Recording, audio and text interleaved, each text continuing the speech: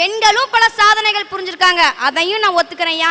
ஏன் உலகத்தையே இந்தியா மேல கவனம் செலுத்த வச்ச பிடி உஷா, எவரெஸ்ட் சிகரத்தையே எட்டி பிடித்த முதல் பெண் பஜேந்திர பால், ஏன் மருத்துவத்துறையில் முதல் பட்டம் பெற்ற பெண்மணி முத்துலட்சுமி ரெட்டி, ஐயா இவங்க மட்டும்தான் பெண்களா ஐயா?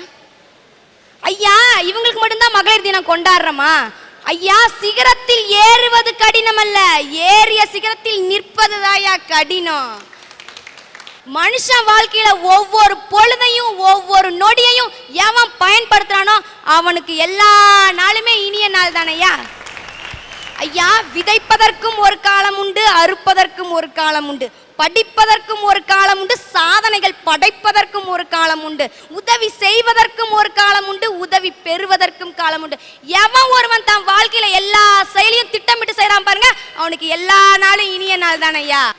ஐயா எறும்புக்கு நம்மளை யாரோ மிதிச்சுடுவாங்களோன்னு ஒரு பிரச்சனை, குழந்தை பெற்றவங்களுக்கு அதை நல்லபடியாக வளர்க்கணுமேனு பிரச்சனை, நல்லா படித்தவனுக்கு நல்ல வேலை கிடைக்கணும்னு பிரச்சனை, அப்படியே நல்ல வேலை கிடைச்சாலும் நல்ல சம்பளம் கிடைக்கலையேன்னு பிரச்சனை. இந்த மாதிரி 5 அறிவாலும் பிரச்சனை இருக்கு, 6 அறிவாலும் பிரச்சனை இருக்கு. பிரச்சனை இல்லாத மனுஷன் யான்னு சொல்லுங்க? இதோ எந்திரிக்கிறாரே முட்டாள்தனமா முன்னாடி இவர்னால கூட எனக்கு பிரச்சனையா பிரச்சனை. இந்த உலகத்திலேயே பிரச்சனையே இல்லாதவங்க 2 பேர் தான். யாரு? ஒருத்தர் செத்து போயிட்டாரு, இன்னொன்னு இன்னும் பிறக்கவே இல்லை. ஒரு எலி அதனுடைய மகளுக்கு கல்யாணம் பண்ணணும்னு நினைச்சதுங்களா, அதுக்கு ஒரு ஆசை. இந்த உலகத்திலேயே நல்ல உயர்ந்த அந்தஸ்து உள்ள ஒரு மணமகன் தான் நம்ம எலி மாப்பிள்ளையா வரணும் அப்படின்னு சொல்லிட்டு ரொம்ப ஆசைப்பட்டதுங்களா. இந்த உலகத்திலேயே உயர்ந்தது எதுங்க? வானம். வானத்துக்கிட்ட போய் அந்த எலி கேட்டுதான், என்னுடைய மகளை நீ கல்யாணம் பண்ணிக்க அப்படின்னு.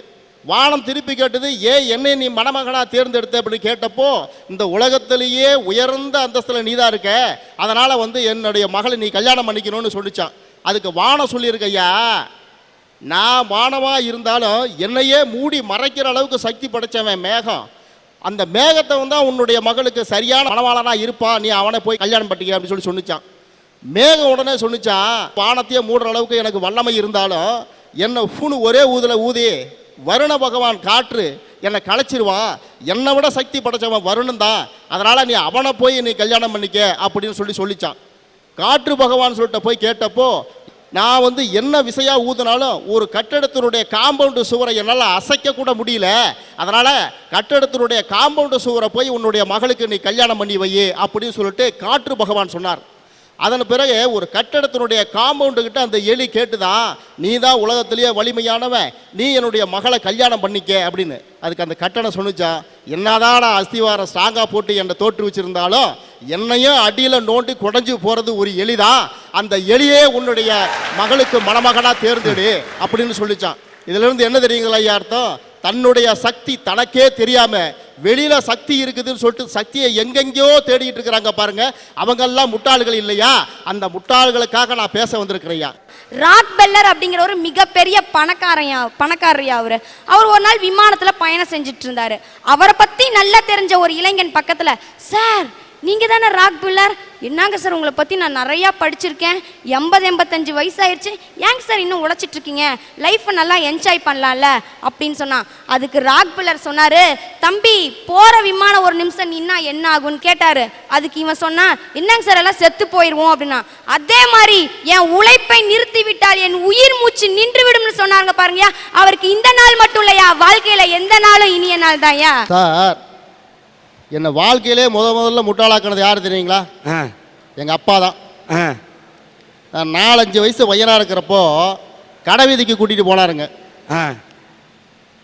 லாலா கடை அல்வாவை பார்த்த உடனே, அப்பா அந்த அல்வா எனக்கு வாங்கி கொடுப்பான்னு கேட்டேன். எங்கள் அப்பா சொன்னார், வேண்டாம்டா அது காரம், உன்னால் தாங்க முடியாது, நான் உனக்கு கடல உருண்டை வாங்கி தரேன்டான்னு 10 பைசாவுக்கு ஒரு கடல உருண்டையை வாங்கி கொடுத்து என்னை வீட்டுக்கு கூட்டிகிட்டு வந்தார். ஒரு அநியாயம் பாருங்கள், அன்னைக்கு சாயங்காலமே அதே அல்வா 1/2 கிலோ அல்வா வாங்கிட்டு வந்து எங்கள் அம்மா கொடுக்குறாரு சார். யாருக்கு? எங்கள் அம்மாவுக்கு. அன்னைக்கு தான் சார் முதல்ல அப்பாவே என்னை முட்டாளாக்கினார் சார். இன்னொரு விஷயம் சொல்லட்டுங்களா? ஏப்ரல் 1ஆம் தேதி தானே எல்லாத்துக்கும் முட்டாள் தினம்னு சொல்கிறோம். நான் முட்டாளானது எந்த காலம் தெரியுங்களா? சொல்லுங்க. 6/7/1989 ஐயா. என்ன தெரியுங்களா? ஊரே கூடி கழுத்தில் வாழை போட்டு கூப்பிட்டு போய் உட்கார வச்சு சுற்றிலும் இருக்கிற அத்தனை பேரும் அச்சதை போட்டு என்னை முட்டாளாக்கின நாள் சார். எனக்கு கல்யாண நாள் சார். அது ஒன்று தெரியுமா, இந்த ஆடை கொண்டு போய் கெடா வெட்ட போடுறாங்கன்னா கூட அந்த ஆட்டு கூட கழுத்தில் மாலை போடுவாங்க. அதை கூட வெட்டுறதுக்கு முன்னாடி சார் கழுத்து துளுக்குதா இல்லையான்னு பார்த்துட்டு தான் சார் வெட்டுவாங்க. என்ன அதெல்லாம் எதுவுமே கேட்கவே இல்லை சார்.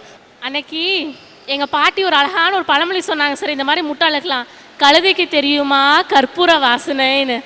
அது கழுதைங்களுக்கு தான் சார், உனக்கு இல்லையா? எங்களுக்கு இல்லை சார், கழுதைங்களுக்கு தான் சார். சரி சார், பசங்க பாஸ் ஆகி அடுத்தடுத்த வகுப்பு போகணுன்றதுக்காக தொடர்ந்து ஃபெயில் ஆகி ஒரே வகுப்புல இருக்க தியாகி யார் தெரியுமா சார்? அதுதான் ஆசிரியர். ஐயா, எல்லா உறவுகளுமே எதிர்பார்ப்போட தான் இருக்கு. எப்படின்னா, இப்போ அம்மாவை எடுத்துக்கும். அம்மா எதுக்கு மகனுக்கு பாசத்தோட சோறு ஊட்டி படிக்க அனுப்புறா? பின்னாடி சம்பாரிச்சு சோறு போடுவான்ற எதிர்பார்ப்பு. இதுல எதிர்பார்ப்பு இருக்கா? சரி, இப்போ அப்பாவை எடுத்துக்கோ. அப்பா எதுக்கு மகளை படிக்க அனுப்புறா? வயதான கடைசி காலத்துல அவ வீட்டுக்கு போய் நிம்மதியா இருக்கலான்ற எதிர்பார்ப்பு. இதுலயும் எதிர்பார்ப்பு இருக்கா? ஆனா எதிர்பார்ப்பே இல்லாத ஒரே உறவு அது ஆசிரியர் உறவு தான். அப்படிப்பட்ட ஆசிரியர்களுக்காக கொண்டாடுறாங்களே அந்த ஆசிரியர் தினம், அதுதான் எல்லா நாளோட இனிய நாள். ஐயா, மதுரையில ஜோசப்னு ஒரு பேராசிரியர் இருக்காரு. அவருக்கு வாக்கிங் போற பழக்கம் இருக்கு. அவர் என்ன பண்ணாரு, ஒரு நாள் வாக்கிங் போயிட்டு இருக்கும் போது அங்க ஒரு குப்பை தொட்டியிலேருந்து ஒரு அலற சத்தம் கேட்டுச்சு. என்ன, அங்க ஒரு ஓடி போய் பார்த்தா ஒரு குழந்தை கதறிட்டு இருக்குது, அனாதையா கிடக்குது. அந்த குழந்தையோட கையும் காலையும் நாய் பிடிச்சு கொடுத்துட்டு இருக்கிற ஐயா. அந்த நாயை துரத்தி விட்டு அந்த குழந்தைய தன்னோட கையில் எடுத்தாரு. இதே மற்றவங்களாம் அந்த குழந்தைய ஒரு அனாதை ஆசிரமத்திலேயோ போலீஸ்காரங்கத்தையோ படிச்சிருப்பாரு. அவர் அப்படி பண்ணல. அந்த குழந்தைய எடுத்துட்டு போய் மருத்துவமனைக்கு எடுத்துட்டு போய் சிகிச்சை பண்ணிட்டு தன்னோட வீட்டுக்கு எடுத்துட்டு போனார். நித்யகண்ட பூநாயசா குப்பை தொட்டியில இருந்த அந்த குழந்தைக்கு நித்யான்னு பேர் வச்சாரு. இப்ப அந்த பெண் எங்க இருக்காங்க தெரியுமா? வெளிநாட்டுல கை நிறைய சம்பளத்தோட வேலை பார்த்துட்டு இருக்காங்க. ஆனா அதே இருந்த அந்த குழந்தைய தன்னோட பிள்ளையாட்டம் வளர்த்தவங்க தன்னோட வகுப்புல படிக்கிற 50-60 மாணவர்களை எப்படி பார்ப்பாங்க? அப்படி தாய்மை இல்லத்தோட சொல்லித்தராங்க பாருங்க ஆசிரியர். அந்த ஆசிரியர் தினம் தான் என் சிறந்தது. ஐயா, இந்த உலகத்துல பருவமழை தவறலாம், ஆனா ஒரு உழவன் தன்னுடைய கடமையிலிருந்து மட்டும் தவறதே கிடையாதுங்க. அவனுக்கு இல்லாத கஷ்டமா? எவ்வளோ கஷ்டங்கள். கடமை தவறானா இன்னைக்கு ஆசிரியர் பாருங்க, இருக்கிற சம்பளம் போதாதுன்னு சொல்லிட்டு கூடுதலா சம்பளம் கேட்டு போராட்டம் நடத்துறாங்க. 33 50 மாத்துங்கன்னு சொல்லிட்டு பெண்கள் ஒரு பக்கம் போராட்டம் நடத்துறாங்க. எப்படியாவது எங்களுக்கு வேலை வாய்ப்பை கொடுங்கன்னு சொல்லிட்டு அரசாங்கத்துக்கிட்ட மனு கொடுக்குறாங்க மாணவர்கள். ஆனா இந்த உலகத்துக்கு சோறு போடக்கூடிய உழவன் தங்களுடைய தொழில் செய்ய மாட்டேன்னு சொல்லிட்டு போராட்டத்தில் உட்கார்ந்தாங்கன்னா உலகத்தில் இருக்கக்கூடிய ஒவ்வொரு மனுஷனுடைய இறப்பையும் காய்ந்து கல்லறைக்கு தான் ஐயா போகணும், கல்லறைக்கு தான் போகணும். ஐயா, இந்த எங்க வாதியாரெல்லாம் நான் 1வது படிக்கிறப்ப சொல்லுவார், பசங்களா சாப்பிட்றதுக்கு முன்னாடி எல்லாரும் ஒரு நிமிஷம் கண்ணை மூடி கடவுளை ப்ரே பண்ணிட்டு அதுக்கு பிறகு சாப்பிடுங்கன்னு சொல்லிட்டு. குரானை வாசிக்கக்கூடிய நபராக இருந்தாலும் சரி, புனித வேதாகமத்தை வாசிக்கக்கூடிய நபராக இருந்தாலும் சரி, கிருஷ்ணபிரான் நமக்கு கொடுத்தானே கீதையை வாசிப்பவராக இருந்தாலும் சரி, சாப்பிடுவதற்கு ஒரு நிமிடம் முன்னால் அந்த உழவனை நினையுங்கள், அவன்தான் மனித கடவுள். வைரமுத்து சொன்னான், ஏர்படிக்கும் சாதிக்கு இதுவே தான் தலையெழுத்தா, விதி முடிஞ்ச ஆளுக்கு விவசாயம் எழுதியிருக்கா, காஞ்சு கிடக்குதுன்னு கடவுளுக்கு மனு செஞ்சா பேஞ்சு கெடுத்துருச்சு, ஐயோ பெருமாளே என்ன பண்ணுன்னு சொன்னான்.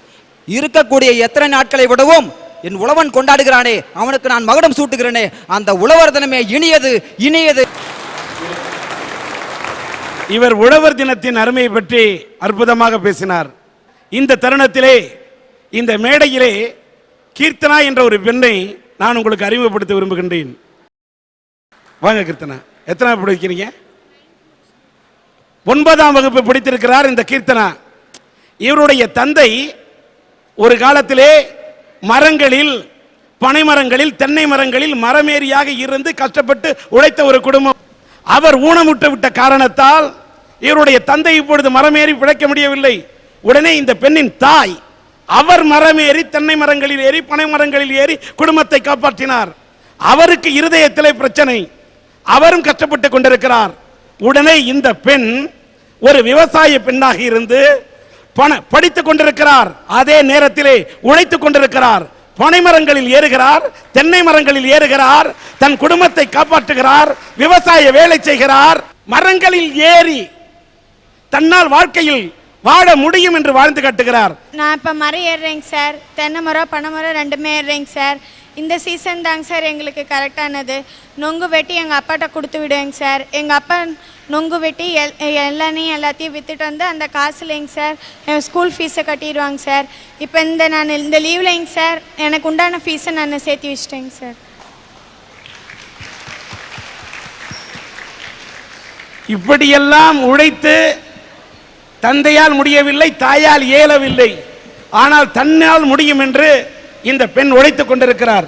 பல புத்தகங்களில் மரம் ஏறி தன்னுடைய வாழ்க்கையை நடத்தக்கூடிய இந்த பள்ளிக்கூடத்தில் படிக்கும் மாணவியை பற்றி வந்த கட்டுரைகள். அந்த அளவுக்கு இந்த பெண் இப்படி உழைத்து படித்துக் கொண்டிருக்கிறார். இதை கண்ணுறக்கூடிய, இதை கண்கொண்டு பார்க்கக்கூடியவர்கள், நல்ல மனம் படைத்தவர்கள் இந்த பெண்ணுடைய. உனக்கு என்ன செய்யணும் சார்? விவசாயத்திலேயே நான் பிஹெச்டி பண்ணி விவசாயத்திலே புதுமையாக ஏதாவது நான் கண்டுபிடிக்கணுங்க சார். இந்த பொண்ணு சொன்னது விவசாயம் படித்து அவன் விவசாயம் பண்ணக்கூடாதுன்னு அலையக்கூடிய இந்த நாட்டில் விவசாயம் படித்து அதில் பிஹெச்டி பண்ணணும்னு சொல்லுது இந்த பொண்ணு. ஆராய்ச்சி பண்ண வேண்டும் என்று சொல்லுகிறது. இதை போல இந்த மண்ணின் மனத்தை பரப்பக்கூடிய நல்ல உள்ளங்களை மனதார வாழ்த்துகிறோம். இவர்களுக்கு நல்ல இதயங்கள் உதவி செய்ய வேண்டும் என்ற கோரிக்கையை வைத்து விடைபெறுகிறேன்.